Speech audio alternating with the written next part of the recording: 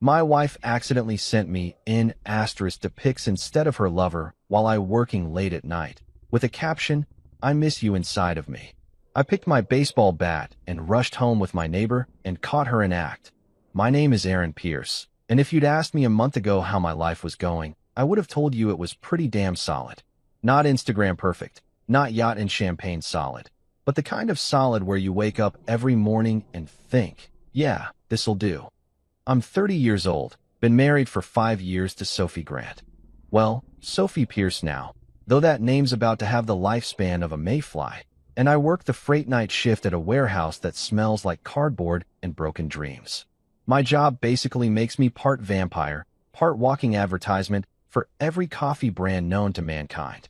I've got the caffeine jitters down to an art form, and my sleep schedule is so messed up that my circadian rhythm filed for divorce before my wife did. Sophie's a photographer, one of those artsy types who talks about golden hour like it's a religious experience and carries around a camera that costs more than my car. She's got this smile that used to stop people mid-order at restaurants. I'm talking full-on rom-com freeze-frame moments where strangers would look at us and feel awkward about how in love we looked. We were that couple. You know the type. Holding hands at the grocery store, finishing each other's sentences, making everyone else feel like they were watching a Hallmark movie they didn't ask to be extras in. I was proud of that. I thought we were nailing this whole marriage thing. We live in a white house with a squeaky front gate that I keep meaning to oil but never do because, honestly, it's become part of the charm at this point.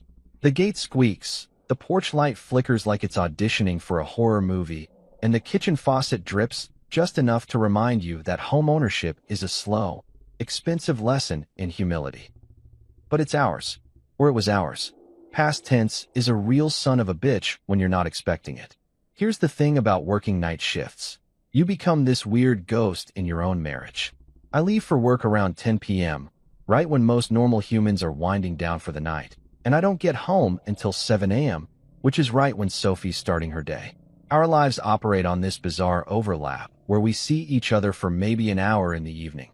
Her winding up, me winding down, both of us pretending that this schedule isn't slowly turning us into roommates who occasionally have sex and share a Netflix account. She's got her creative hours, which is photographer speak for, I work whenever inspiration strikes, and you can't question my process. I've earned the title of husband who believes in dreams, which sounds noble and supportive until you realize that the dream's rent is $1,200 a month, and I'm the one covering it while she builds her portfolio. I'm not complaining, or I wasn't, back when I thought supporting your spouse's dreams was what good husbands did. Turns out I was just funding her freelance betrayal service, but we'll get to that. There were small things I should have noticed. Little odd things that, in hindsight, were basically neon signs screaming, "Your wife is up to something," but I ignored them like a polite dog wagging its tail at every noise. Sophie started turning her phone face down whenever I walked into a room. She'd get these mysterious photo projects that required her to be gone at weird hours, and when I'd ask about them, she'd give me these vague artist answers like, "I'm exploring urban decay," or "I'm capturing the loneliness of suburban architecture." I'd nod along like I understood, like I was some kind of supportive art patron instead of a guy who just wanted to know why his wife was taking pictures of abandoned buildings at midnight. My neighbor Tom Briggs, retired cop, full-time neighborhood watchman, and part-time pain in my ass, tried to warn me. Tom's the kind of guy who treats the entire neighborhood like it's his personal online cop forum, and me like I'm his favorite unanswered thread. He's got that cop's sixth sense for bullshit, the kind that comes from spending 30 years dealing with liars, cheaters, and people who think they're smarter than they are. Tom would see Sophie leaving at odd hours and mention it casually, like, "Saw your wife heading out around 11 last night. Everything okay?" And I'd brush it off with some excuse about her work schedule. Tom would give me this look, the kind of look that says, "You're an idiot, but I'm going to let you figure that out on your own," and then change the subject to something about lawn maintenance or his latest conspiracy theory about the HOA. Tom's wife Julie is the complete opposite, warm, chatty, the kind of woman who bakes cookies for every neighborhood event and knows everyone's business before they do. She tried the subtle approach, asking Sophie pointed questions about her projects at neighborhood barbecues, but Sophie's good at deflecting. Artists are professional deflectors. They can turn any direct question into a philosophical rambling about light and composition until you forget what you even asked. So there I was, working my ass off every night at a warehouse, moving pallets and signing manifests, coming home to a wife who was slowly becoming a stranger, and convincing myself that this was just what marriage looked like after 5 years. The spark dims, the routine sets in, and you accept that love transforms from fireworks into something quieter, something stable. I told myself that our weird schedules were temporary, that once Sophie's photography career took off, we'd get back to normal. I made absurd promises to myself, little mental bargains like, if anything goes wrong, at least I still have decent knees for running, or at least we don't fight like the Hendersons next door who scream about recycling bins at 2 a.m. I went to work that night, the night everything changed, thinking everything was ordinary. I kissed Sophie goodbye around 9:30, told her I loved her, and she said it back with that smile that used to make me feel like the luckiest guy alive.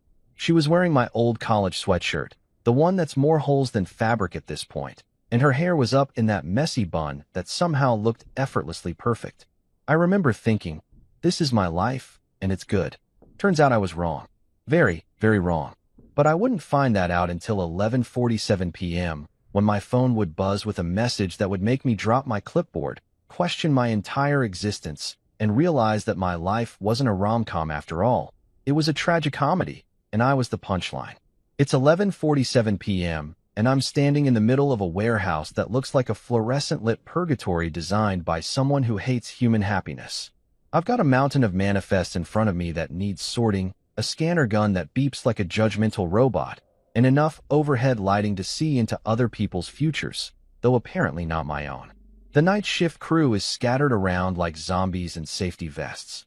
There's Miguel on the forklift, whose entire personality is reggaeton and energy drinks.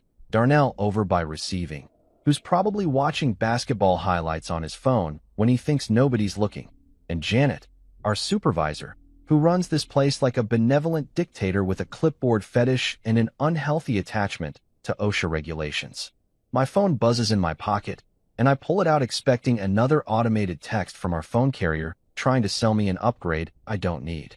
Instead, it's Sophie. The preview reads, "Love you. Be safe." My chest does that stupid warm thing it's done for 5 years whenever she texts me during work. It's cute. It's sweet. It's the kind of thing that makes me feel like maybe I'm not just a forklift-adjacent coffee addict, but someone's whole world. I reply with the emoji of ultimate commitment, the red heart, because I'm a romantic trapped in a warehouse worker's body, and I've accepted my fate. I'm about to pocket my phone and get back to the thrilling world of freight logistics when it buzzes again.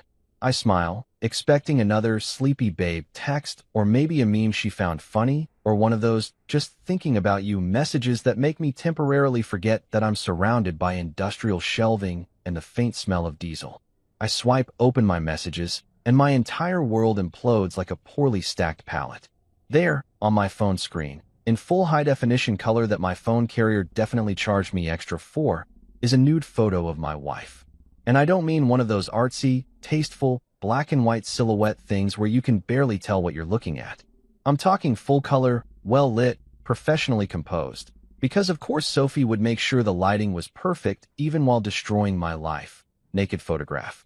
She's posed on our guest room bed, the one with the expensive sheets we bought on sale at Target and felt proud about, and the caption beneath it reads, "I miss you inside of me." I drop my clipboard. It hits the concrete floor with a clatter that echoes through the warehouse like the sound of my marriage shattering into 1,000 bureaucratic pieces. Miguel looks over from his forklift, eyebrows raised. "You good, man?" "I'm not good. I'm the opposite of good. I'm whatever exists in the space beyond not good, where reality becomes a sick joke, and you start questioning whether you're actually awake or trapped in some nightmare designed by a sadistic creative writing major." My hands are shaking as I stare at the screen, my brain doing mental gymnastics trying to make this make sense. Maybe it's a mistake.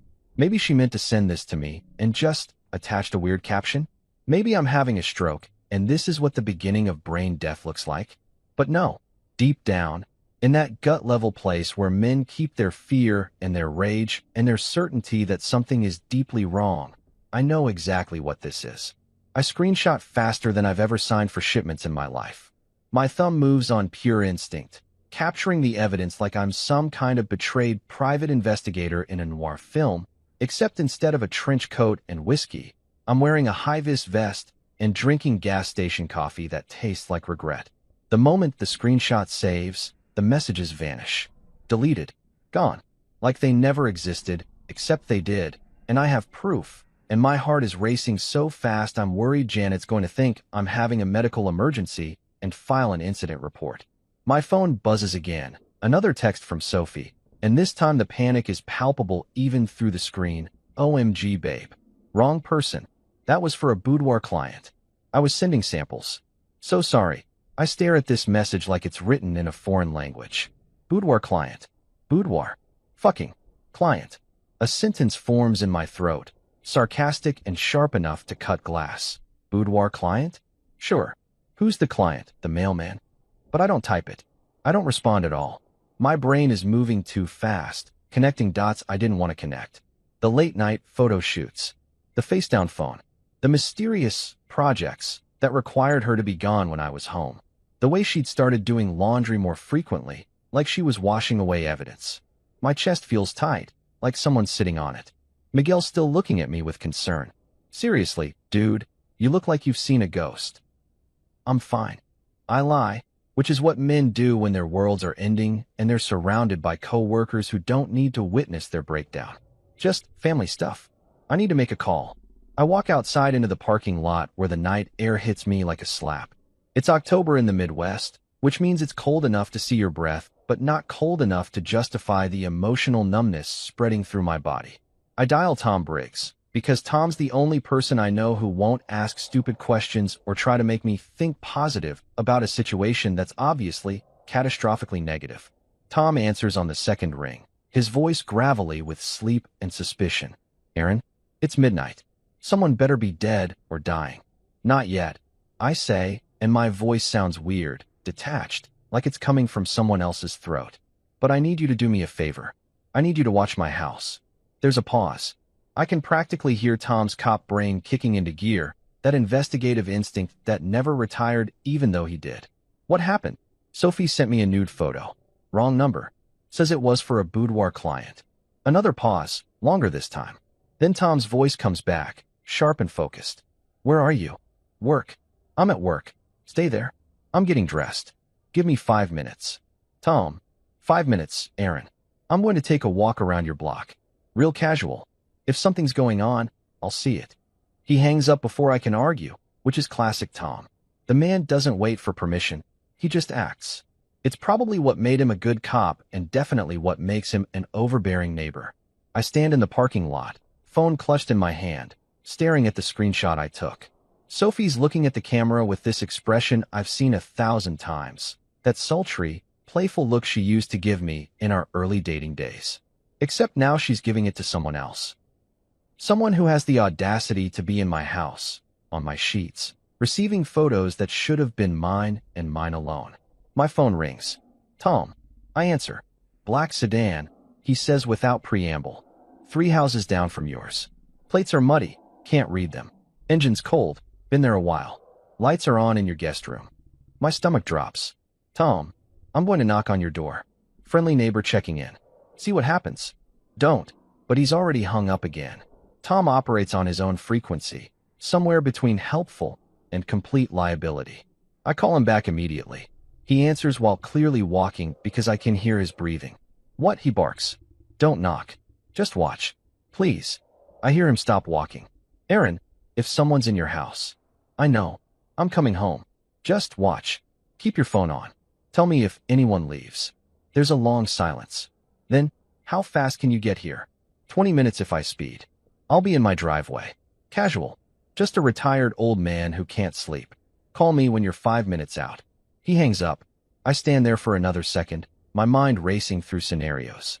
Then I turn and walk back into the warehouse with purpose. Janet looks up from her desk as I approach. Family emergency. I tell her, and it's not even a lie. I need to leave. Now. She starts to protest, something about protocol and coverage, but whatever expression is on my face makes her stop. Go, she says quietly. We'll figure it out.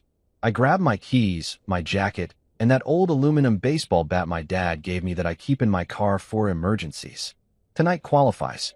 I drive home doing 70 in a 55, my hands gripping the steering wheel like it's the only solid thing left in my universe, my mind playing that photo on repeat like the world's worst screensaver. Boudoir client. Right. And I'm the king of England. The drive home is a blur of streetlights, coffee jitters, and the kind of rage that makes you understand why people in movies punch walls and immediately regret it. I'm doing 70 in a 55, which for a guy who normally drives like he's got a birthday cake in the backseat, is basically my version of a high-speed chase. My phone is on speaker, sitting in the cup holder like a ticking time bomb, and Tom's voice keeps crackling through with updates that make my blood pressure spike high enough to require medication. Still there, Tom says, his voice low and gravelly like he's narrating a true crime documentary about my life. Black sedan hasn't moved. Guest room lights still on. I can see shadows moving behind the curtain. Shadows. Plural. In my house. In the room where we keep the extra towels and the box of Christmas decorations Sophie insists on storing, even though we have a perfectly good attic. I grip the steering wheel harder, my knuckles going white. The baseball bat is on the passenger seat, aluminum and slightly dented from the time my dad used it to kill a copperhead in our backyard when I was 12. It's sentimental, practical, and excellent for making dramatic gestures, which is exactly what tonight calls for. Can you see anything else? I ask, trying to keep my voice steady and failing miserably. I sound like a man who's gargling gravel and anxiety. Negative. Curtains are mostly closed. But Aaron. Tom pauses, and I know that pause. It's the pause he uses before delivering news that's going to piss me off.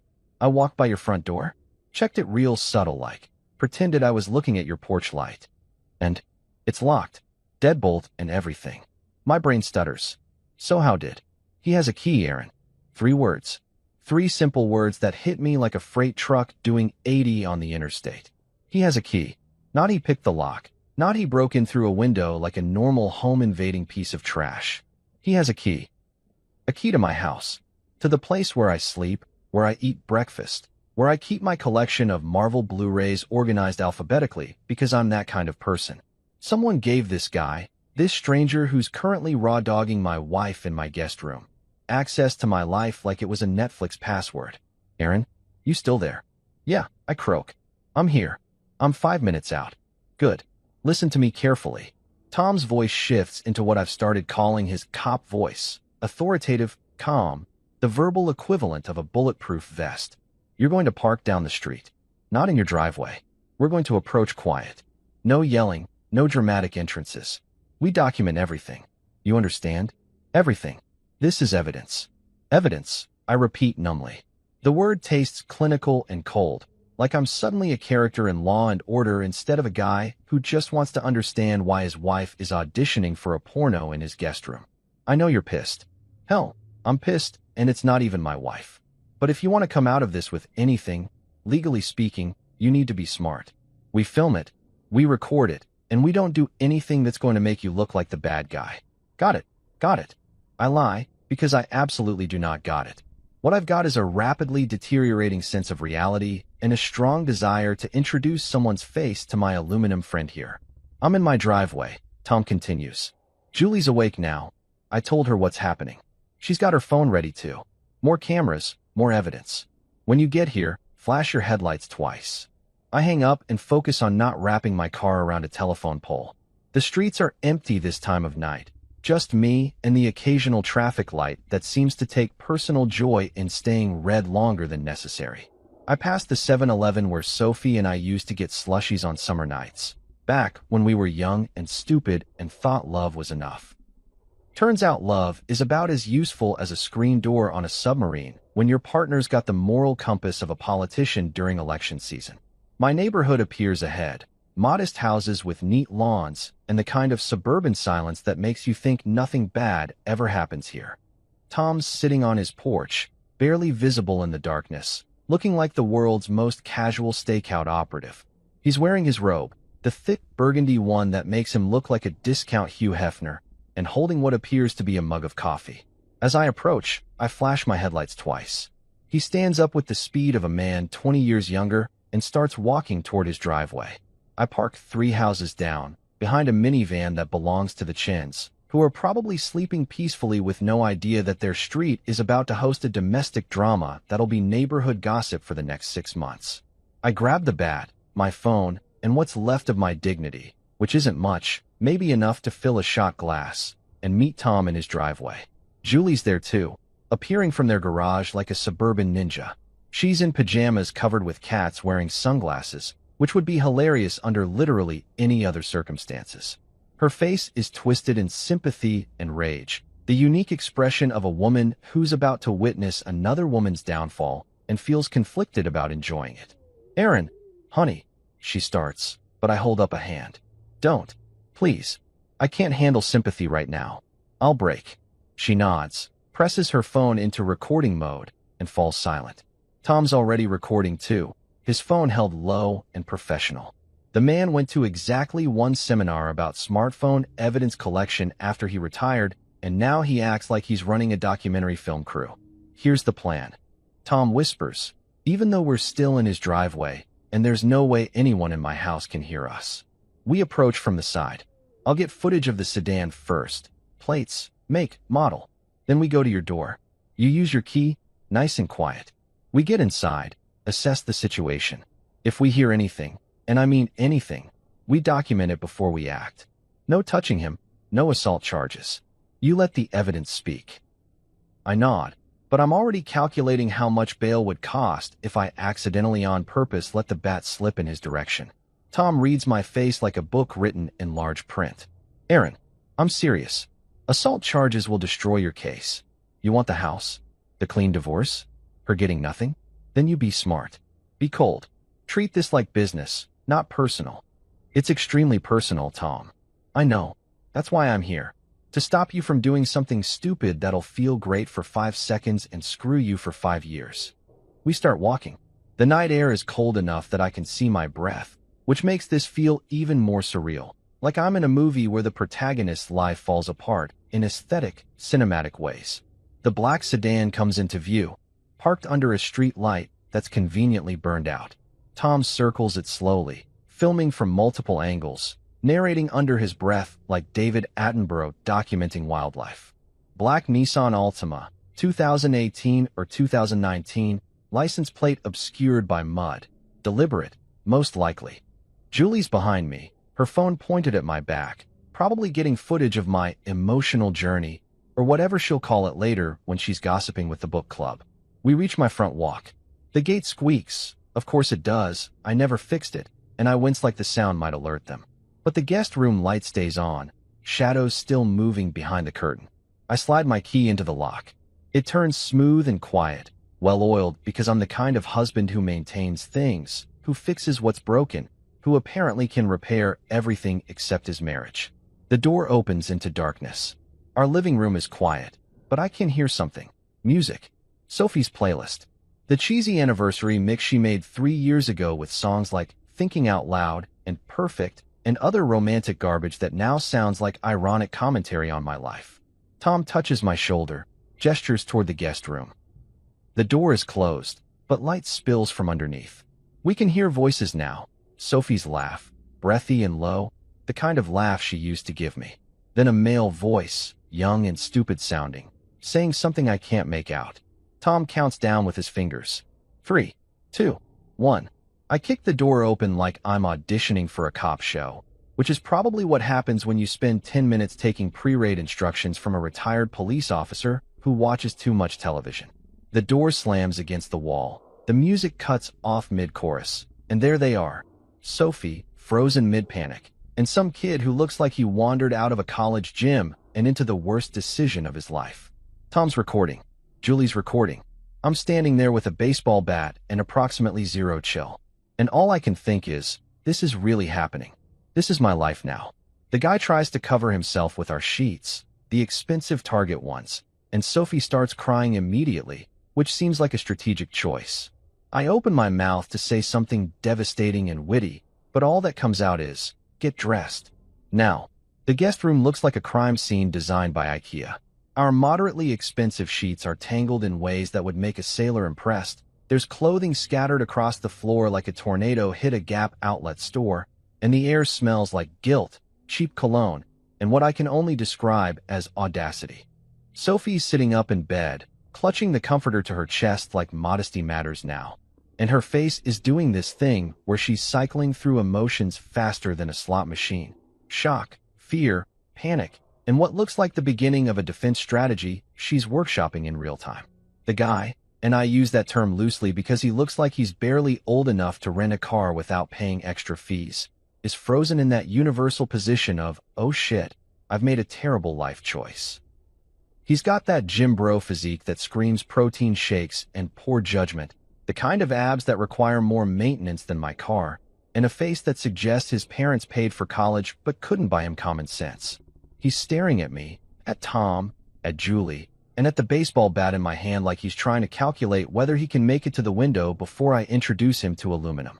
Aaron, Sophie starts, and her voice is shaking, which might be genuine fear or might be the opening act of whatever performance she's about to give. I've known this woman for 7 years, been married to her for 5, and I can usually tell when she's bullshitting.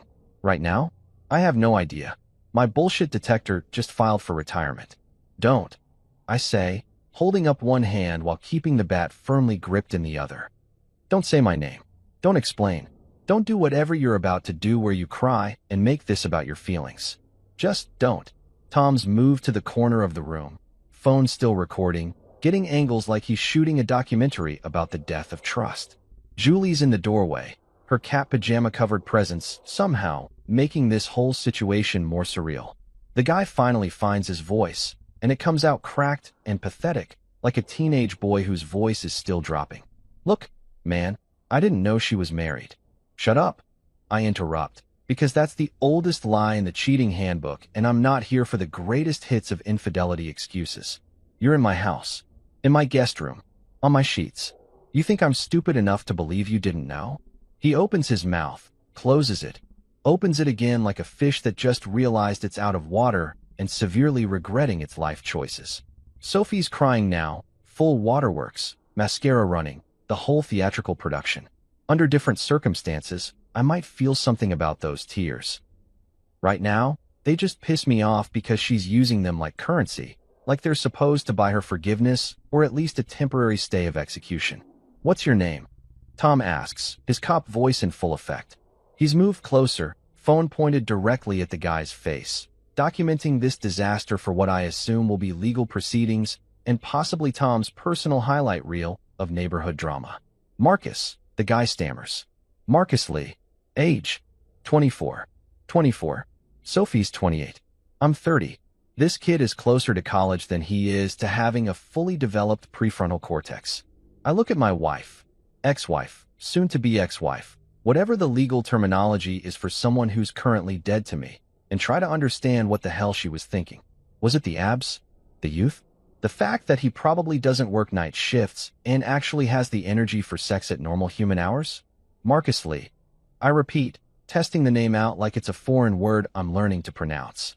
You got a job, Marcus? Or is home wrecking your full-time gig? His face flushes red. I'm a personal trainer. Of course you are. I laugh, and it comes out bitter and sharp. A personal trainer. Sophie, you're really living up to every cliche in the book, aren't you? What's next? Did you meet him at the gym? Did he help you with your squats? Aaron, please, she tries again, reaching out a hand like physical contact is going to somehow reset this situation to a time before she decided our marriage was negotiable. Get dressed, I tell Marcus, ignoring Sophie completely. Both of you. You've got 2 minutes before I stop being reasonable. Tom clears his throat. Aaron's being generous with the timeline. Personally, I'd give you 60 seconds, but I'm old-fashioned. Marcus scrambles out of bed, trying to maintain some dignity while grabbing his boxer briefs off the floor. He's got the kind of body that suggests he spends more time looking in mirrors than at the people he's hurting. All sculpted muscles and carefully maintained stubble. Sophie's pulling on my old college sweatshirt, the one she was wearing when I left for work, the one that's more mine than hers, and that detail somehow hurts worse than everything else. She wore my clothes to cheat on me. She wrapped herself in fabric that smells like me while inviting someone else into our home. Julie's making small, disgusted noises from the doorway, the kind of judgmental sounds that mothers make when their kids disappoint them. Tom's still filming, circling the room slowly, getting evidence of everything. The rumpled bed, the scattered clothes, the general atmosphere of betrayal and bad decisions. Marcus is dressed now, looking like he wants to be literally anywhere else on planet Earth. He's wearing jeans and a tight black V-neck that probably cost $40 and makes him look like every douchebag in every nightclub I've never wanted to visit. He's got his phone, his wallet, and what looks like a set of keys in his hand, including, presumably, the key to my house that Sophie gave him like she was handing out party favors. Outside, I say, gesturing with the bat. Now, we parade out of the house like the world's saddest procession, me leading with the bat, Marcus following with his head down, Tom and Julie bringing up the rear with their phones still recording. Sophie's stumbling behind, still crying, still trying to form words that might explain or justify or somehow rewind the last hour of my life. The night air hits us, cold and sharp, and I breathe it in like I'm trying to clear my head of the image that's now permanently burned into my brain. The black Nissan Altima is right where Tom said it was, parked under the broken streetlight like Marcus thought he was being clever about discretion. I walk up to it, bat in hand, and Marcus makes a small squeaking noise that might be protest or fear or both. The key, I say, holding out my hand. To my house. Give it to me. He fumbles with his keychain, hands shaking, and produces a silver key that looks exactly like mine because it probably came from the same hardware store where Sophie and I made copies 2 years ago when we were still pretending to be a functional couple. I take it, pocket it, and then I look at his car, this black sedan that's been parked on my street God knows how many times, carrying this kid to my home while I was at work, trusting my wife, being the kind of loyal idiot who deserves his own sitcom about obliviousness. I swing the bat. It connects with the windshield with a satisfying crack that spiderwebs the glass, but doesn't shatter it completely. Marcus yelps like a kicked dog. Sophie screams something that might be my name or might be a protest. Tom says Aaron in a warning tone, but he doesn't stop recording, and I notice Julie's actually smiling a little, which makes me like her more in this moment than I ever have before. That's for the disrespect, I say calmly, like I'm explaining a very reasonable business transaction. Now get in your car, drive away, and if I ever see you within a mile of my house again, the next thing I hit won't be your windshield. Marcus doesn't need to be told twice. He's in his car faster than I've ever seen someone move, engine starting with a roar that probably wakes up the neighbors, who are definitely getting a show tonight courtesy of the Pierce household's very public implosion. He peels out, damaged windshield and all, his taillights disappearing around the corner like he's being chased by demons. Which, emotionally speaking, he probably is. I turn back to Sophie, who's standing on our front lawn in my sweatshirt and her shame, looking smaller than I've ever seen her. Tom and Julie are still there, silent witnesses to the destruction of my marriage, their phones capturing everything for posterity and legal purposes. Pack a bag, I tell Sophie, my voice eerily calm considering I just committed minor property damage and am currently experiencing what I assume is either shock or the beginning of a complete psychological breakdown. You've got 20 minutes. Take what you need for a week. You can come back later with a police escort for the rest. Aaron, we need to talk. No, I interrupt. We really don't. We needed to talk before you gave another man a key to our house. We needed to talk before you sent him naked pictures with my name still in your phone. We're way past talking, Sophie. Way past. She starts to argue, but Tom steps forward, his presence enough to shut her down. Ma'am, I'd suggest you do what he says. Go pack your things. Quietly. Quickly. And maybe consider getting a lawyer, because this, he gestures at his still recording phone. This is going to be a problem for you.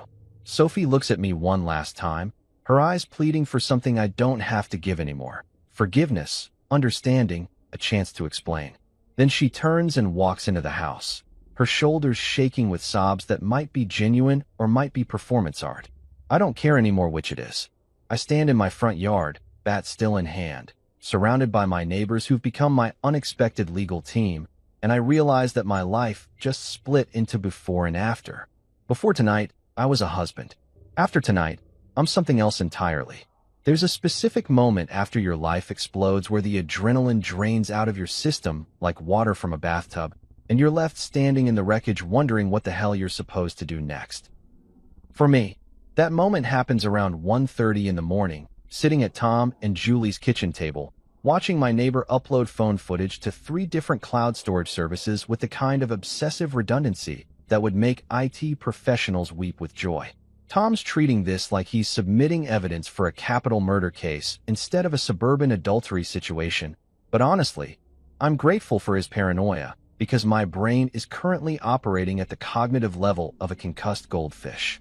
Sophie left an hour ago, her car loaded with garbage bags full of clothes and toiletries, crying loud enough that Mrs. Henderson 2 doors down turned on her porch light to see what the commotion was about. She tried one last time to talk to me, standing in our driveway. My driveway. I mentally correct myself, looking like a Lifetime movie protagonist who just realized she's actually the villain. I told her to communicate through lawyers from now on, which is apparently what you say when your marriage dies and you want to sound official about it. She drove off to presumably stay with her parents, who are about to get a very interesting phone call from me. Okay, Tom announces, looking up from his laptop with the satisfied expression of a man who just completed a mission. We've got copies on Google Drive, Dropbox, and iCloud. I've also emailed copies to myself, Julie, and you. Timestamp shows it's all from tonight, location data embedded. This is solid, Aaron. Bulletproof. I always wanted bulletproof evidence of my wife's affair. I say flatly. Right up there with homeownership and retirement savings on my list of life goals. Julie appears with coffee. Real coffee, not the gas station sludge I've been mainlining for the past 6 hours, and a plate of cookies that she apparently stress-baked while we were doing our low-budget investigation work. She's changed out of the cat pajamas into regular clothes, which makes her look more like a concerned friend and less like a whimsical witness to my domestic tragedy. What happens now? Julie asks gently, settling into a chair across from me. Her eyes are kind, but also gleaming with the sort of interest that suggests this is the most exciting thing to happen on our street since the Johnson's holiday light display caused a minor traffic jam. Now, Tom says, ticking items off on his fingers like he's running through a grocery list, Aaron calls a lawyer. A good one. Then he calls Sophie's parents. Get ahead of whatever story she's spinning. Then we change locks, freeze joint accounts, document everything in the house, and start building a case that'll make her wish she'd just filed for divorce like a normal person instead of playing house with a personal trainer. The way Tom says personal trainer makes it sound like a slur, which honestly tracks with my current emotional state. I pull out my phone, stare at it for a second, and realize I have no idea what time it is or whether lawyers even answer phones at. I check the screen, 1:47 in the morning. My lawyer's not going to answer at this hour, I say, stating the obvious. Then we call someone who will. Tom's already typing something into his phone, his reading glasses perched on his nose making him look like a grandfather who moonlights as a private investigator. I know a guy. Well, a woman. Monica Reyes. She's a shark. Handled my buddy's divorce 3 years ago. His wife was sleeping with their marriage counselor. Monica took that woman apart like she was carving a Thanksgiving turkey. Reassuring imagery. I mutter, but I'm taking the number Tom's scribbling on a napkin because at this point, I'll trust anyone who has experience with betrayal and its legal ramifications. I dial. It rings 4 times, and I'm about to hang up when a voice answers. Female, alert, with the kind of tone that suggests she was either already awake or wakes up ready to fight someone in court. Monica Reyes. Hi. My name is Aaron Pierce. Tom Briggs gave me your number. I know it's late. Early, middle of the night. But I just caught my wife cheating and I need evidence. Yeah, lots of it. Photos, video, the guy's name, his car registration. Stop. She cuts me off, and I hear rustling like she's sitting up in bed. Don't tell me anything else over the phone. Can you be in my office at 9? Am. Yes. Good. Bring everything. Phones, screenshots, videos, any documentation of assets, bank accounts, property. If you've got witnesses, bring them too. And Aaron. Yeah. Don't contact your wife. Don't threaten her. Don't post about this on social media. Don't do anything except breathe and show up to my office. Understand. Understood. She hangs up. I look at Tom and Julie, who are watching me like I'm a reality show they're particularly invested in. She sounds terrifying. I report. Good. Tom says with satisfaction. You want terrifying. You want someone who makes opposing counsel cry in depositions. Monica's your woman. Next on the list, Sophie's parents. Robert and Patricia Grant, who live 40 minutes away in a neighborhood slightly nicer than ours, and have always treated me with the polite warmth of people who think their daughter could have done better. I've spent 5 years at their holiday dinners, helping Robert with his computer problems and listening to Patricia talk about her book club's opinions on novels I'll never read. Now I get to tell them their daughter's a cheater. The thought gives me a grim satisfaction that probably says terrible things about my character. I call Robert's cell.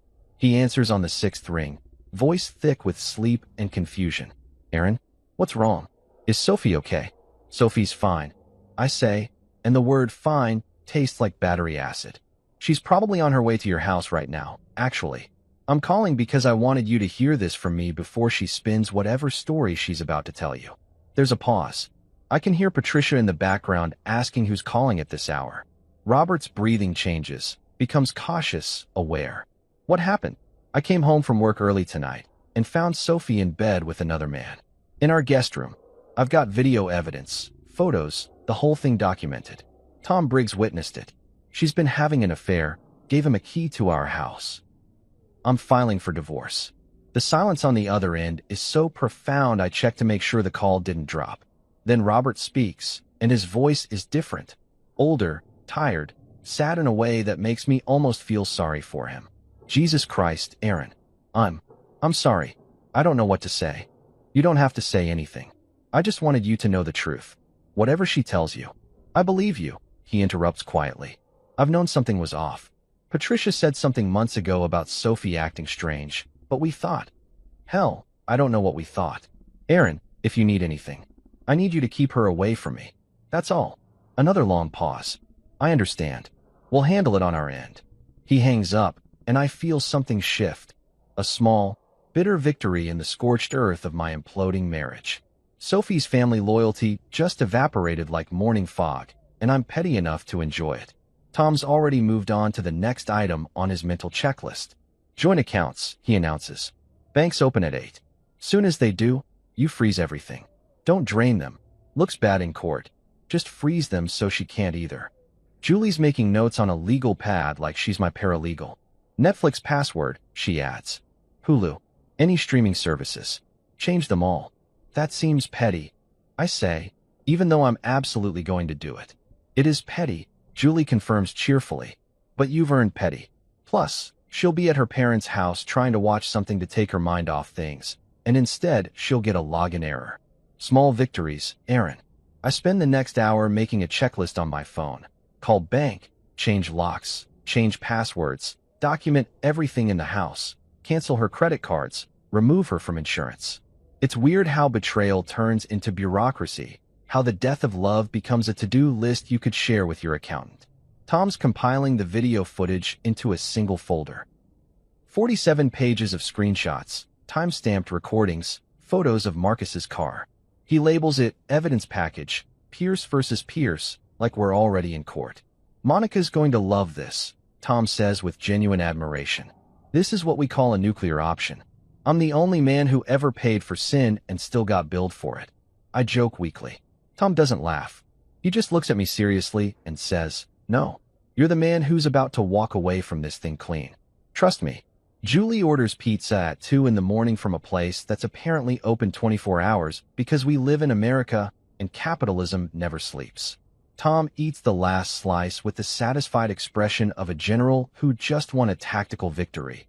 And for a brief moment, sitting in their kitchen surrounded by evidence of my wife's betrayal and my neighbor's unexpected solidarity, I feel something that isn't quite hope, but also isn't despair. It's just determination. Cold, practical, and surprisingly comforting. If there's one thing I've learned about suburban America, it's that news travels faster than a politician's promise evaporates after Election Day. By 9 a.m. the next morning, when I'm sitting in Monica Reyes's office with my folder of nuclear evidence and a coffee that tastes like liquid anxiety, half the neighborhood already knows my marriage exploded like a meth lab in a fireworks factory. I know this because my phone has 17 text messages from people I haven't spoken to in months, all with variations of heard what happened, so sorry man, and let me know if you need anything, which is code for give me the juicy details so I can seem informed at the next block party.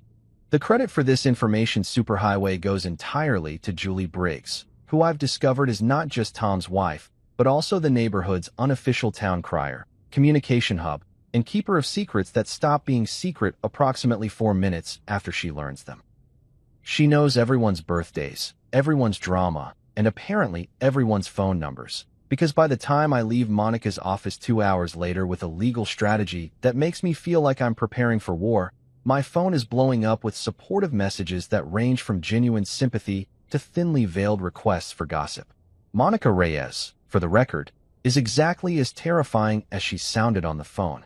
She's maybe 5'4", dressed in a power suit that probably costs more than my monthly mortgage, and she looked at my evidence folder the way a sommelier looks at a vintage wine, with appreciation, expertise, and a slight smile that suggests she knows exactly how to weaponize it.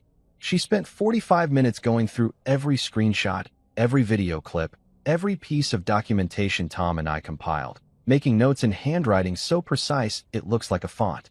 "This is excellent work," she said, which coming from her felt like getting an A+ on a test I didn't know I was taking.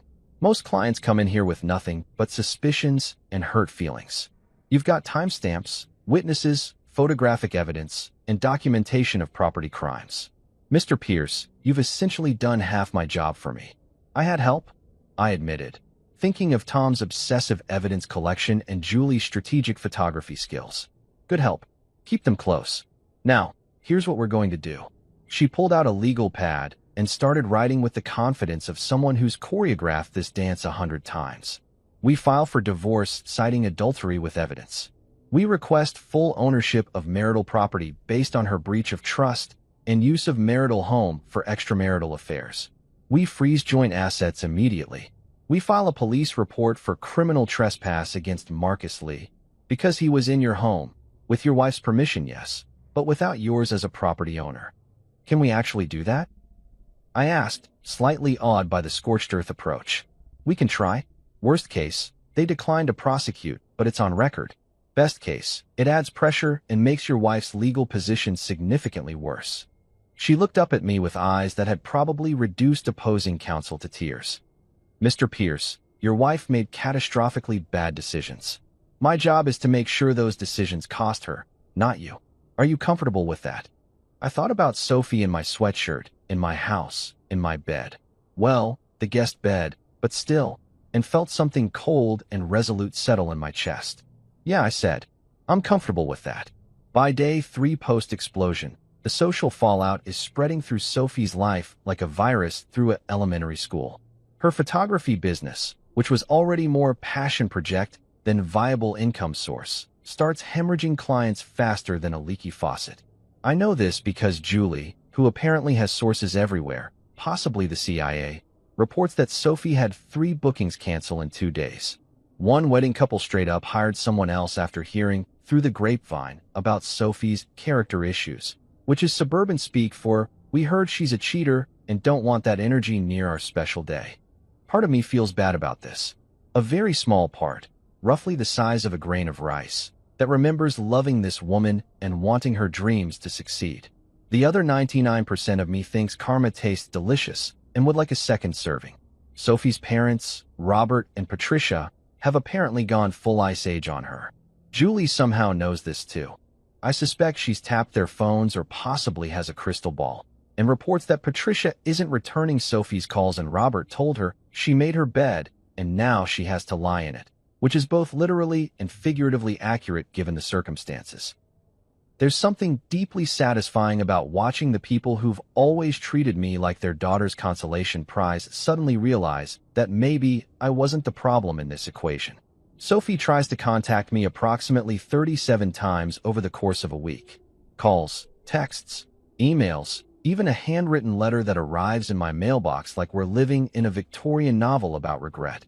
The texts escalate from apologetic, "Aaron, please, we need to talk," to desperate, "I made a mistake, I love you, please," to angry, "You're being unreasonable, relationships take work," to what I can only describe as bargaining, "I'll do anything, therapy, whatever you want."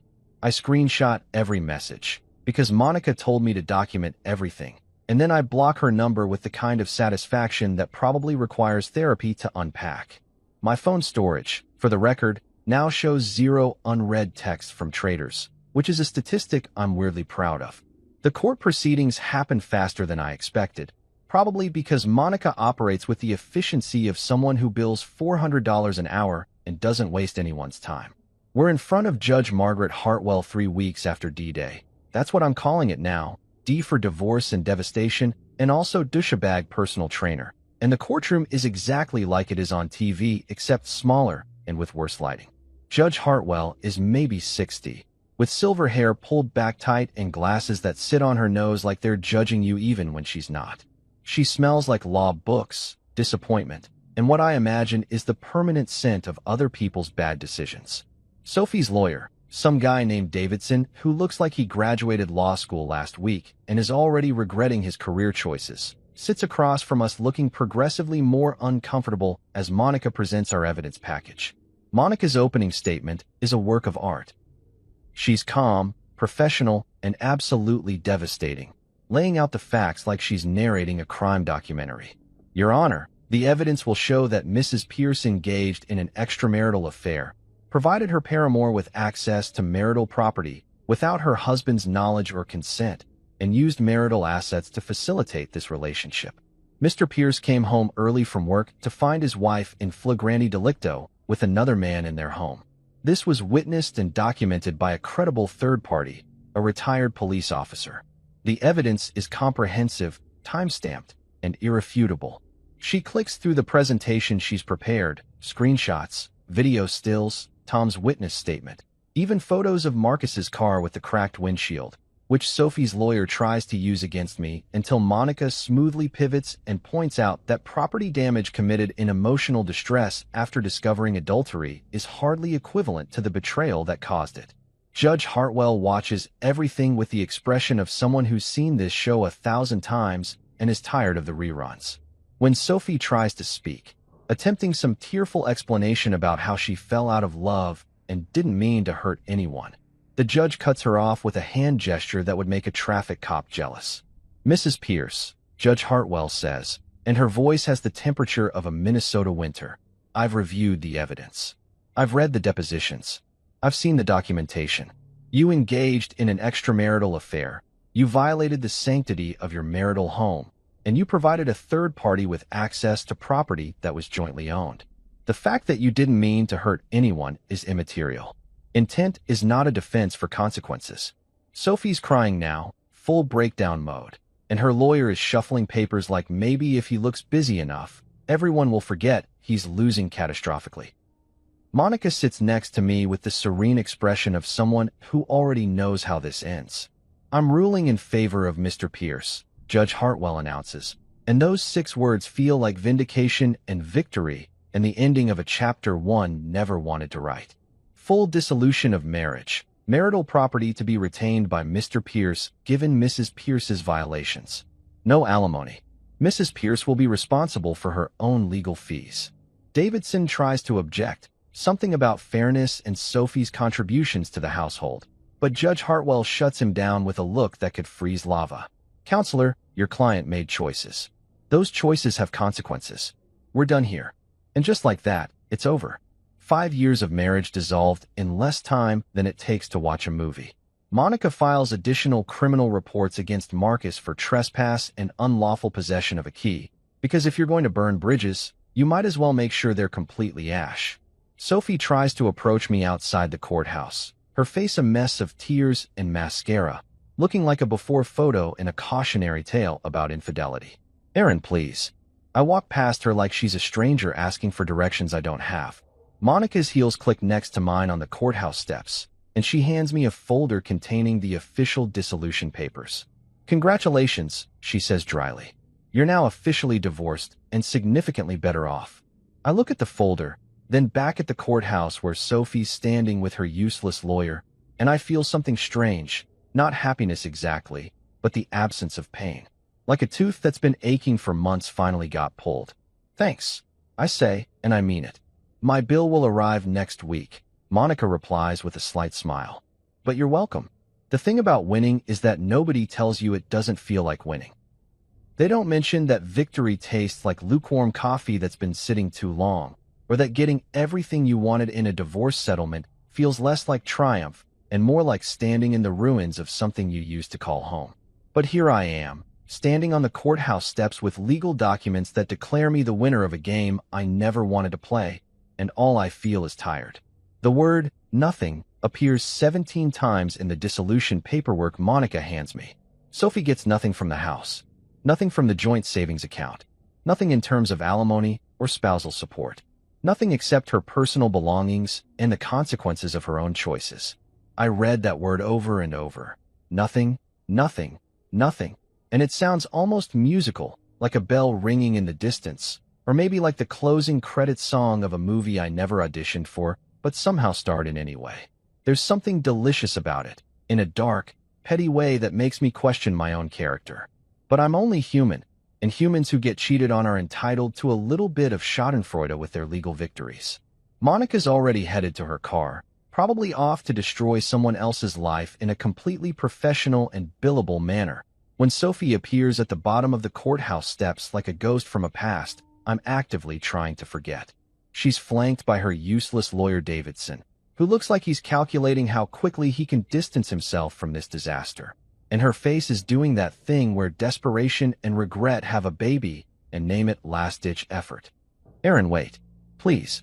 Just 5 minutes. I stop walking, not because I want to hear what she has to say, but because ignoring her completely feels like the kind of move that might look bad if anyone's watching. Tom taught me that. Always consider the optics, even when your emotions are screaming at you to just keep moving. I turn around slowly, keeping my expression neutral, the legal folder tucked under my arm like a shield made of paperwork and vindication. Sophie looks terrible, which I hate that I notice and hate even more that part of me feels satisfied by it. Her hair's a mess. Her makeup's running in those tragic streaks that make people look like they're auditioning for a sad music video. And she's wearing an outfit I recognize, the blue dress she wore to our anniversary dinner 2 years ago, back when we still celebrated those things. The choice feels calculated, like she's trying to remind me of better times, and it pisses me off that she thinks I'm that easy to manipulate. What do you want, Sophie? My voice comes out flat, emotionless, like I'm reading from a script I've already memorized. I want to explain. Explain what? I was there. I saw everything. Hell, I've got video evidence that a judge just reviewed for 2 hours. What's left to explain? She takes a step closer, and I take a step back, maintaining the distance like we're in some kind of sad dance where the choreography is just about avoiding each other. Her lawyer Davidson hovers nearby, looking uncomfortable, probably wondering if his malpractice insurance covers being present for post-trial begging sessions. I made a mistake, Sophie says, and her voice is shaking in that way that used to make me want to comfort her, back when I thought protecting her feelings was my job. A huge mistake. I was confused. I felt neglected because of your schedule, and Marcus was just there. But I love you, Erin. I still love you. We can fix this. Fix this. I laugh, and it comes out bitter enough to curdle milk. Sophie, you didn't break a vase. You didn't forget to pay a bill. You had an affair, gave another man a key to our house, and sent him naked pictures with captions about missing him inside you. That's not something you fix. That's something you file under catastrophically bad decisions that end marriages. People work through worse. People work through worse when both parties want to work through it. I don't. I'm done. I hold up the legal folder like evidence in a trial that's already over. The judge is done. Your parents are done. The only person who's not done is you. And honestly, Sophie, that's a you problem, not a me problem. She's full-on crying now, those big heaving sobs that make people's shoulders shake and their breathing go irregular. Davidson puts a hand on her shoulder in what I assume is either comfort or a gentle suggestion that they should leave before this gets more pathetic. A few people are watching us from the courthouse entrance. Other lawyers, maybe some court staff. And I'm suddenly very aware that we're providing free entertainment for strangers who will go home tonight and tell their families about the messy divorce they witnessed. I'm sorry, Sophie chokes out, like those 2 words are a magic spell that can reverse time and poor choices. I'm so sorry. I'll do anything. There's nothing to do. It's over. It was over the second you decided Marcus was worth more than our marriage. I pause, letting that sink in, then add what feels like the final nail in a coffin I didn't build but am definitely closing. And honestly, I hope you and Marcus are very happy together. Or not.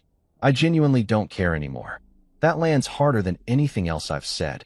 I can see it in her face.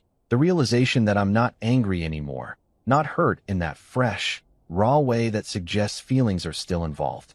I'm just done. Finished. Moved on to the "you're now a person who exists in my past and nowhere else" phase of post-relationship processing. Sophie tries one more time. Reaching out like physical contact might somehow change the objective reality of signed legal documents. Aaron. Goodbye, Sophie. I turn and walk away, and this time I don't look back. My feet carry me across the parking lot to my car. The same car I drove to work the night everything exploded. The same car that still has the aluminum bat in the trunk like a souvenir from a life that ended 3 weeks ago. I unlock it, slide into the driver's seat, and sit there for a moment, gripping the steering wheel and trying to identify what I'm feeling. Victorious? Not really. Relieved? Sort of. Sad? Definitely. There's this weird cocktail of emotions happening that I don't have names for. Satisfaction mixed with grief, vindication cut with emptiness, freedom tinged with the bitter aftertaste of what freedom cost.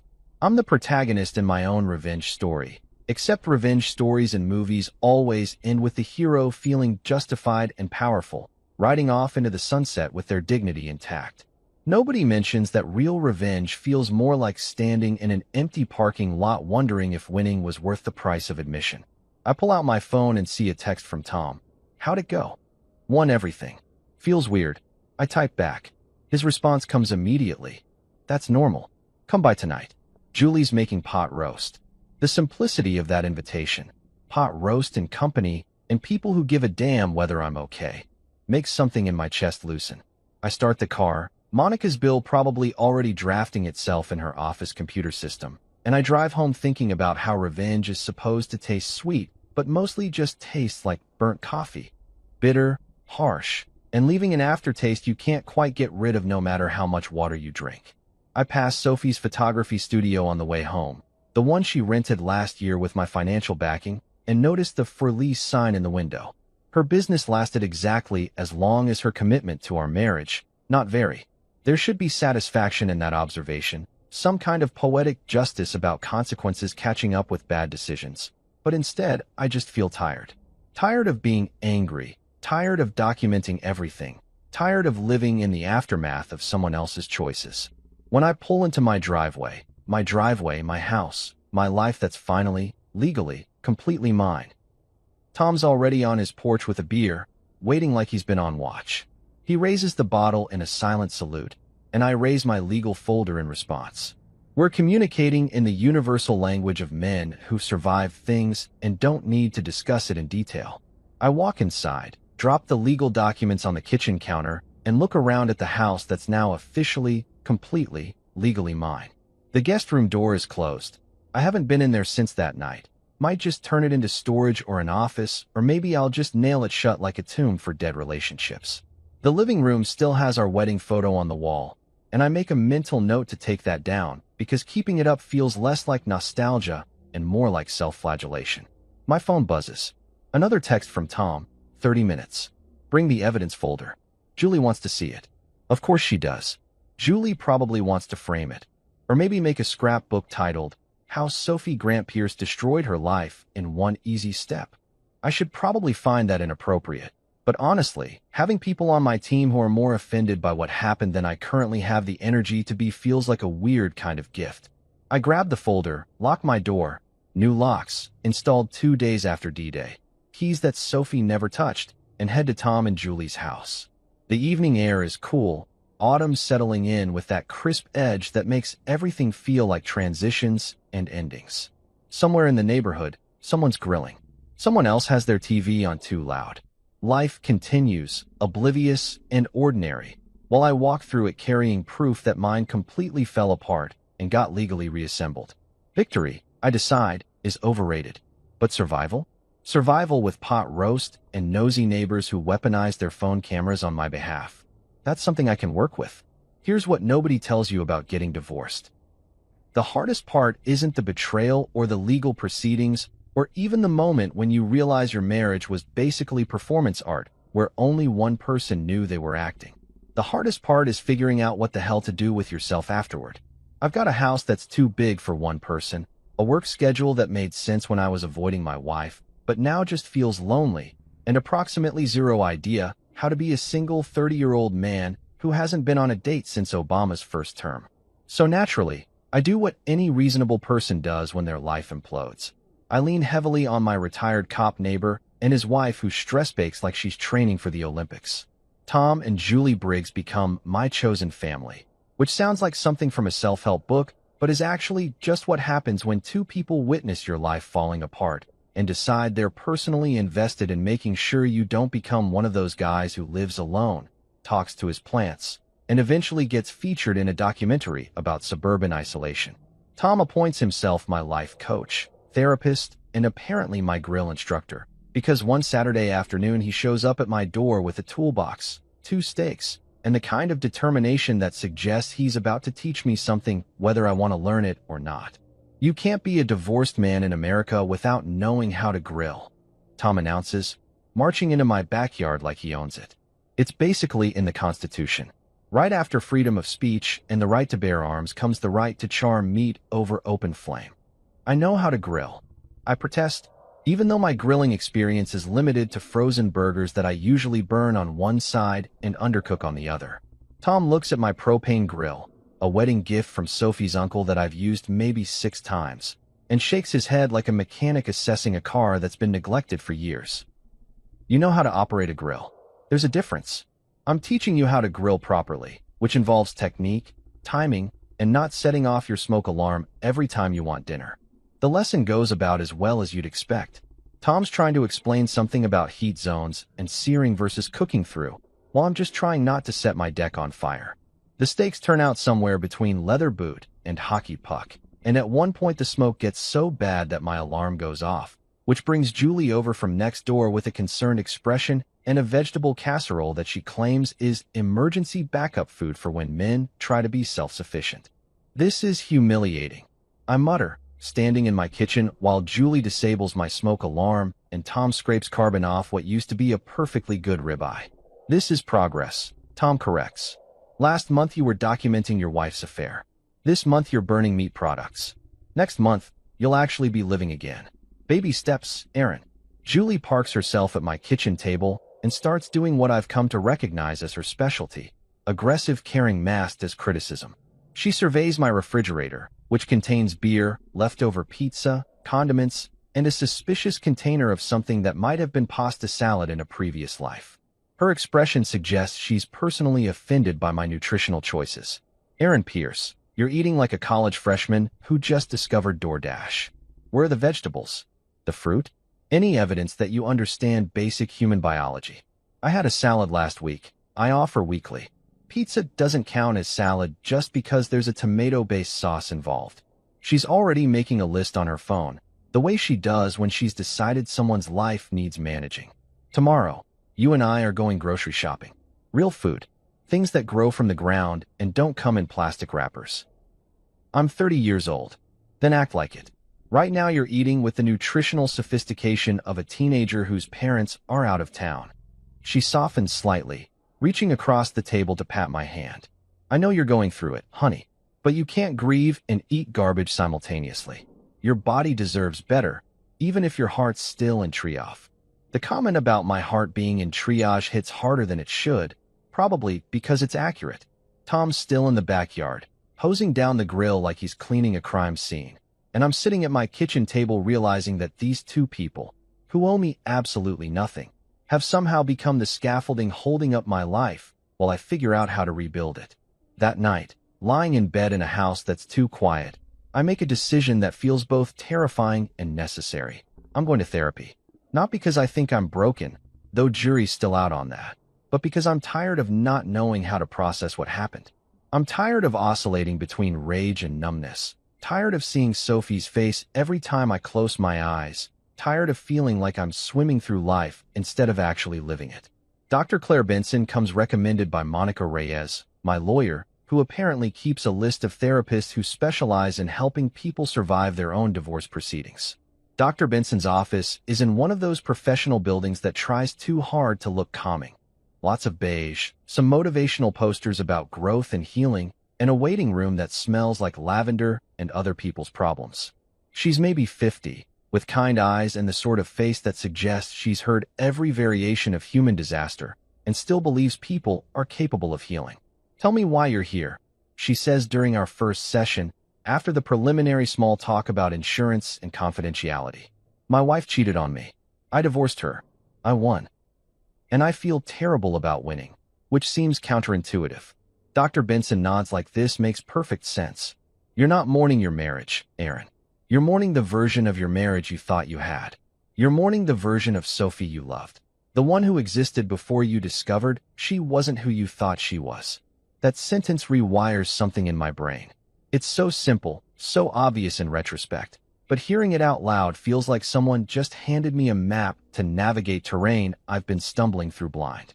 I'm not sad about losing Sophie, the real Sophie, the one who gave a personal trainer a key to our house. I'm sad about losing the Sophie I invented, the one I believed existed, the one who loved me back with the same commitment I gave her. So what do I do with that? I ask. You grieve it. You acknowledge it.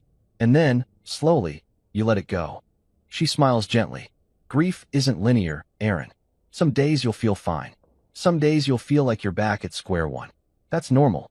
The goal isn't to stop feeling sad. The goal is to not let sadness be the only thing you feel. I start seeing Dr. Benson every Tuesday at 6 p.m., which becomes my routine the way work and Tom's grill lessons and Julie's grocery store interventions become routine.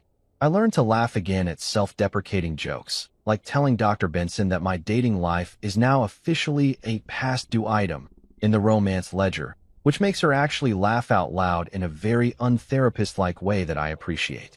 She suggests I join a support group for divorced men, which sounds about as appealing as a colonoscopy, but I go anyway, because I'm trying to be the kind of person who does healthy things even when they're uncomfortable. The group meets at a community center on Thursday nights, and it's exactly what you'd imagine. A circle of chairs, sad fluorescent lighting, and a collection of men in various stages of post-divorce processing. There's Greg, whose wife left him for her yoga instructor. There's Kevin, whose ex-wife took the dog and somehow got custody of their friend group. And then there's two old guys, Frank and Dennis, who spend every meeting arguing about whether revenge tastes better with barbecue sauce or hot sauce, which is both absurd and strangely comforting. Barbecue sauce is for cowards, Dennis argues during my second meeting. You want revenge, you go with habanero. Make it hurt. You're an idiot, Frank counters. Barbecue sauce is about patience. Slow-cooked revenge, like proper brisket. It's an art form. I sit there eating tacos from a food truck that parks outside the community center, listening to these men debate condiment-based revenge strategies, and I realize this is healing. Not in the dramatic, movie montage way where sad music plays and you come out the other side transformed, but in the small, unglamorous way where you show up to a support group, eat tacos instead of wallowing in your feelings, and laugh at old men who've turned their pain into comedy routines about barbecue. Progress, I learn, looks nothing like I expected. It's not big dramatic moments or sudden revelations. It's small things done repeatedly. Going to the gym even when you don't want to, grocery shopping for actual vegetables because Julie will judge you if you don't, going to bed at a reasonable hour without checking your phone for texts from someone who doesn't have your number anymore. It's learning to grill without burning down your deck. It's sitting in a therapist's office and admitting you're not okay, but you're trying to be. It's eating tacos with strangers who understand what it means to have your life split in half and be handed the pieces with a legal stamp that says, "Good luck rebuilding." 3 months after the divorce is finalized, I wake up one morning and realize I didn't dream about Sophie. I didn't check my phone expecting messages that will never come. I just woke up, made coffee, thought about what I wanted for breakfast, and that small, ordinary moment feels like the biggest victory I've had since Judge Hartwell said the word nothing 17 times and meant it. 6 months after my divorce becomes official, I find myself standing in the pasta sauce aisle of a Kroger on a Saturday afternoon, having what I can only describe as an existential crisis over marinara. There are approximately 47 varieties in front of me: organic, traditional, roasted garlic, tomato basil, some fancy import that costs more than my hourly wage. And I'm paralyzed by the choices in a way that suggests my decision-making abilities were casualties of my marriage explosion. I'm standing there like an idiot, holding 2 jars and trying to remember if I even like mushrooms. when a voice behind me says, "Is this one any good?" I turn around, and there's a woman holding up a jar of arrabbiata sauce like it's evidence in a trial about Italian food authenticity. She's maybe my age, with dark hair pulled back in a ponytail, glasses that sit slightly crooked on her nose in a way that suggests she doesn't care about perfect symmetry, and a face that looks like it's never been involved in neighborhood drama or extramarital affairs. She's wearing jeans, a hoodie that says, "I void warranties" in faded letters, and the kind of sneakers that prioritize comfort over fashion, which immediately tells me she's practical and probably doesn't spend 2 hours getting ready for grocery shopping. I say eloquently, looking at the sauce she's holding and then at the 2 jars in my own hands like they might provide conversation guidance. I have no idea. I'm currently having a breakdown over pasta sauce, so I'm probably not the best person to ask. She laughs, and it's the kind of laugh that sounds like permission to breathe, genuine, unself-conscious, the auditory equivalent of someone opening a window in a stuffy room. Join the club. I've been staring at these for 5 minutes trying to remember if arrabbiata is the spicy one or if I'm thinking of something else entirely. It's the spicy one. I confirm, grateful that at least one piece of culinary knowledge survived my life falling apart. Arrabbiata means angry in Italian. It's got red pepper flakes. Angry sauce. Perfect. That's exactly the energy I need for my dinner tonight. She puts it in her cart, then looks at my 2 jars with the critical eye of someone who's about to render judgment. What's your dilemma? Traditional versus roasted garlic. I'm cooking for one, so if I choose wrong, I'm stuck with it for multiple meals. The pressure is real. Get both, she says simply. Life's too short for pasta sauce regret. This woman just solved my crisis with 2 words and common sense, which makes her either a genius or someone who hasn't yet learned that every decision post-divorce feels weighted with unnecessary significance. I grab both jars and drop them in my cart, feeling like I just accomplished something monumental. "I'm Maya," she offers, extending a hand like we're at a business meeting instead of in the Italian food section. Software developer, grocery store philosopher, and apparently your pasta sauce consultant. "Erin," I reply, shaking her hand and noticing she's got a firm grip and calluses that suggest she does something with her hands besides type. Warehouse logistics, recent divorce, and guy who just had a breakdown over tomatoes. The word divorce slips out before I can stop it, and I immediately regret it because who leads with their relationship failure status in a grocery store? But Maya doesn't flinch, doesn't do that sympathetic head tilt that people do when you mention divorce, doesn't ask invasive questions or make assumptions. "Been there," she says casually, moving toward the pasta section like this conversation is continuing whether I follow or not. 2 years ago. Husband decided he preferred his coworker. I preferred keeping my self-respect, so we went our separate ways. "You doing okay?" I follow her because apparently we're shopping together now, and honestly, this is the most normal social interaction I've had with a woman who isn't Julie Briggs in months. Some days are better than others. Today I'm spiraling over marinara, so make of that what you will. Marinara spiraling is valid. Last week I had a full meltdown over trash bags. Couldn't decide between scented and unscented. Ended up sitting in my car for 10 minutes questioning all my life choices. She grabs a box of penne, examines it like she's reading a contract, then tosses it in her cart. Grocery stores are surprisingly emotional after divorce. Too many decisions, too much silence, constant reminders that you're shopping for one. The fact that she gets it, really gets it, without me having to explain, makes something in my chest loosen. We end up wandering through Kroger together for the next 30 minutes, talking about food like it's philosophy, which somehow transitions into talking about movies, which leads to swapping stories about our terrible post-divorce dating attempts. Maya went on a date with a guy who brought his mother. I went on exactly 0 dates because the thought of explaining my recent history to strangers made me want to fake my own death and move to Montana. "You're dodging the whole thing?" Maya asks, somewhere between the frozen foods and the bakery section, looking at me with genuine curiosity instead of judgment. I'm strategically avoiding human connection until I can trust my own judgment again. I correct. There's a difference. Sounds lonely. It's very lonely. But it's also safer than trusting someone who might turn out to be a personal trainer sleeping narcissist. Maya stops walking, turns to face me fully, and says something that rewires my entire afternoon. not everyone's your ex-wife, Aaron. Some of us are just regular disasters trying to buy groceries and maybe make friends with strangers in the sauce aisle. We end up at the checkout together, and while I'm loading my cart onto the conveyor belt, pasta sauce, frozen vegetables that Julie would approve of, and impulse-purchased cookies that I definitely don't need. Maya writes her phone number on my receipt with a pin she borrows from the cashier. "That's my number," she says, handing back the receipt like it's an IOU for future conversation. "Text me if you want to continue this discussion about pasta or movies or whatever. Or don't. No pressure. But for what it's worth, you seem like a decent human going through a rough time, and I'm a decent human who's been through rough times, so maybe we could be decent humans together occasionally." I take the receipt, stare at the numbers scrawled across the bottom, and feel something I haven't felt in months. Something light and ridiculous and terrifying. Hope. I text her that night. "This is Aaron from the marinara crisis.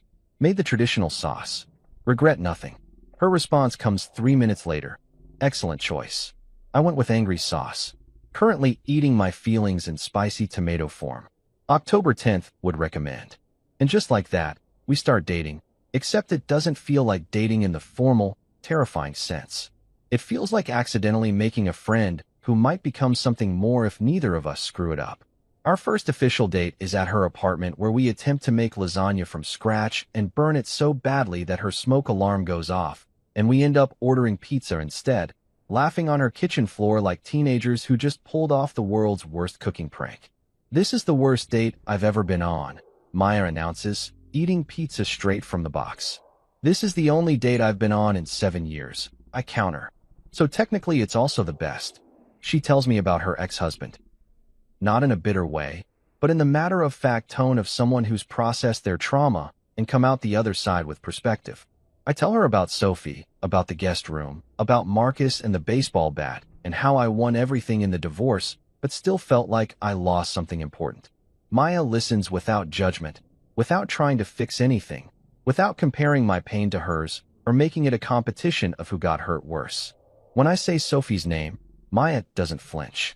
She doesn't ask for details I'm not ready to give. She just nods and says, "That sounds really hard. I'm sorry you went through that."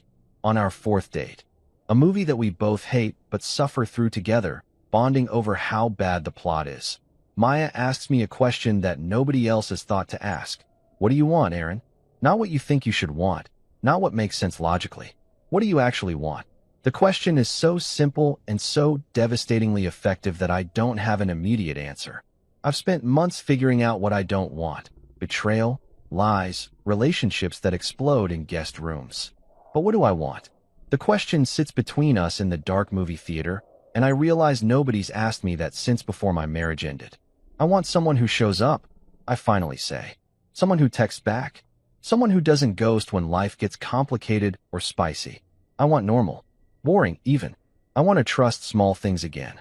"I can do small things," Maya replies, and I hear the smile in her voice. "I'm excellent at small things. Showing up? I'm basically professionally punctual. Texting back? I've been told my response time is aggressive.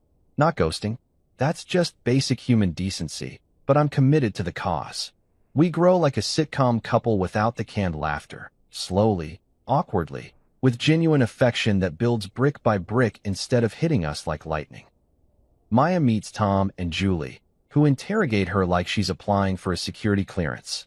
She passes their test by bringing Julie homemade cookies and engaging Tom in a 40-minute conversation about cybersecurity that I don't understand, but he clearly loves. She fits into my life like a favorite mug, useful, warm, and occasionally chipped in ways that make her more endearing rather than less.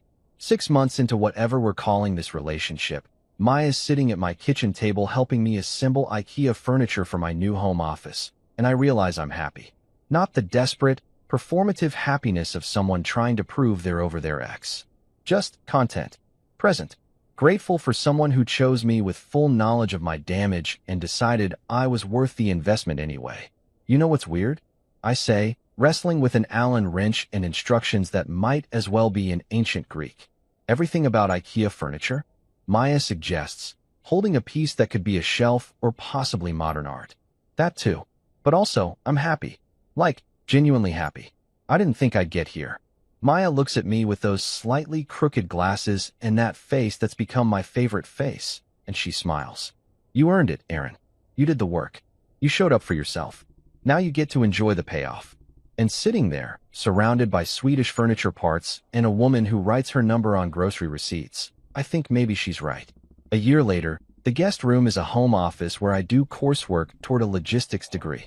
I replaced the fence, planted maple trees that won't concern themselves with human drama. Maya fits into my kitchen like she belongs there. Useful, warm, occasionally leaving her coffee mugs everywhere, which drives me crazy in the best way. I don't forgive Sophie. Don't need to. Forgiveness is optional. Freedom is mandatory. She texted 6 months ago from a new number, some rambling apology about growth and mistakes. I deleted it, blocked her again, threw away the emotional wrapper like bad candy. Standing in my backyard, bat propped in the shed as a souvenir and a lesson, Tom waves from his porch. Julie brings lemon bars. Dr. Benson emails articles I pretend to read. Monica's final bill is paid and forgotten. Life tastes better now. Honest, unvarnished, occasionally hilarious. Maya's teaching me to cook without setting off alarms. Tom's still convinced I need grilling lessons. Julie still judges my vegetable intake. I learned betrayal shows you who people are, and recovery is long, ridiculous, and ends with you owning your life again. I close this chapter with tacos, terrible jokes, and the satisfied knowledge that some endings deserve good food and better company.